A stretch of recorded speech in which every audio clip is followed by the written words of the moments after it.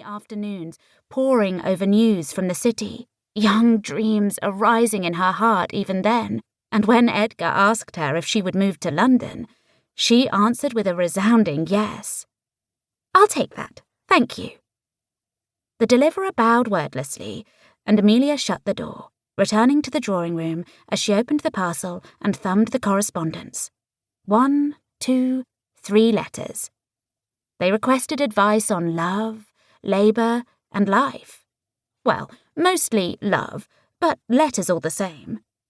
Correspondents needed help traversing the murky waters of life's greatest unsolved mystery, and who better to guide them than a member of the social elite? Her title was the reason her responses were so popular. That and her honest advice. Times had changed, and readers were desperate to change with them, reaching for the next rung of the social pecking order. Plus, they and the Ton wanted to know who Lady Agony really was, and how she had become involved in writing in the first place.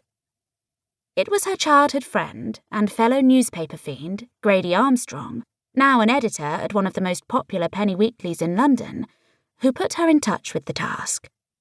No one but he and Amelia knew the true story. A year ago, his office was flooded with letters addressed to the magazine's Agony column, called such because of the angst in the letters.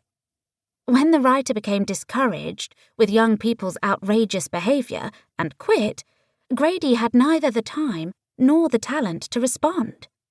That's when he asked Amelia, who needed something to occupy her hours after her husband's death, if she would be interested in the chore. He knew she enjoyed reading and writing. Would she enjoy a secret job at the weekly magazine? Did the Queen enjoy tea? She agreed in a heartbeat. Now, Grady's office was busier than ever before, but in a good way. Her unconventional wisdom and mysterious identity kept readers hooked, and buying more magazines. "Letters!" exclaimed Winifred, leaving the pianoforte. "Are any for me?" Amelia slipped them into the crevice of the chair.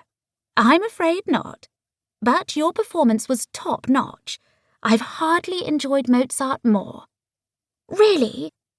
Winifred pushed a fair lock of hair from her face. "Really?" The Amesburys were known for their handsome hair, and Winifred's was no exception. Winifred would grow into a beauty before long, but for now, Amelia was enjoying the plumpness of her cheeks, the crookedness of her smile, and her enthusiasm for life. At 10 years old, Winifred was at that precious age between child and young woman, and Amelia was going to savour every moment. Unlike Winifred, Amelia had long auburn locks with honey highlights that hung to her waist when it wasn't swept up, which was only at bedtime. Her hair, streaming behind her as she rode into the inn stable, was the first thing Edgar had noticed about her. The second was that she wasn't riding side saddle. The governess tusked from the corner. "Lady Winifred, you've not been excused from the pianoforte. The last page went dreadfully fast." "That's all for now, Miss Walters," said Amelia. "I'd like to have a cup of tea with Winifred before I reply to my correspondence." Miss Walters bowed deeply, her light brown bun a perfect swirl. "As you wish, Lady Amesbury. Please send her up to the music room when you're finished." Winifred jumped into the patterned chair next to Amelia, her feet not touching the floor. She reached for a strawberry tart, then drew back her hand, waiting for permission. When Miss Walters was gone, Amelia turned to Winifred. "Would you like a sweet?" "Yes, please, and tea also." Amelia poured out the tea. "Do you like playing the pianoforte?" "Very much," answered Winifred. 3 sugars, please."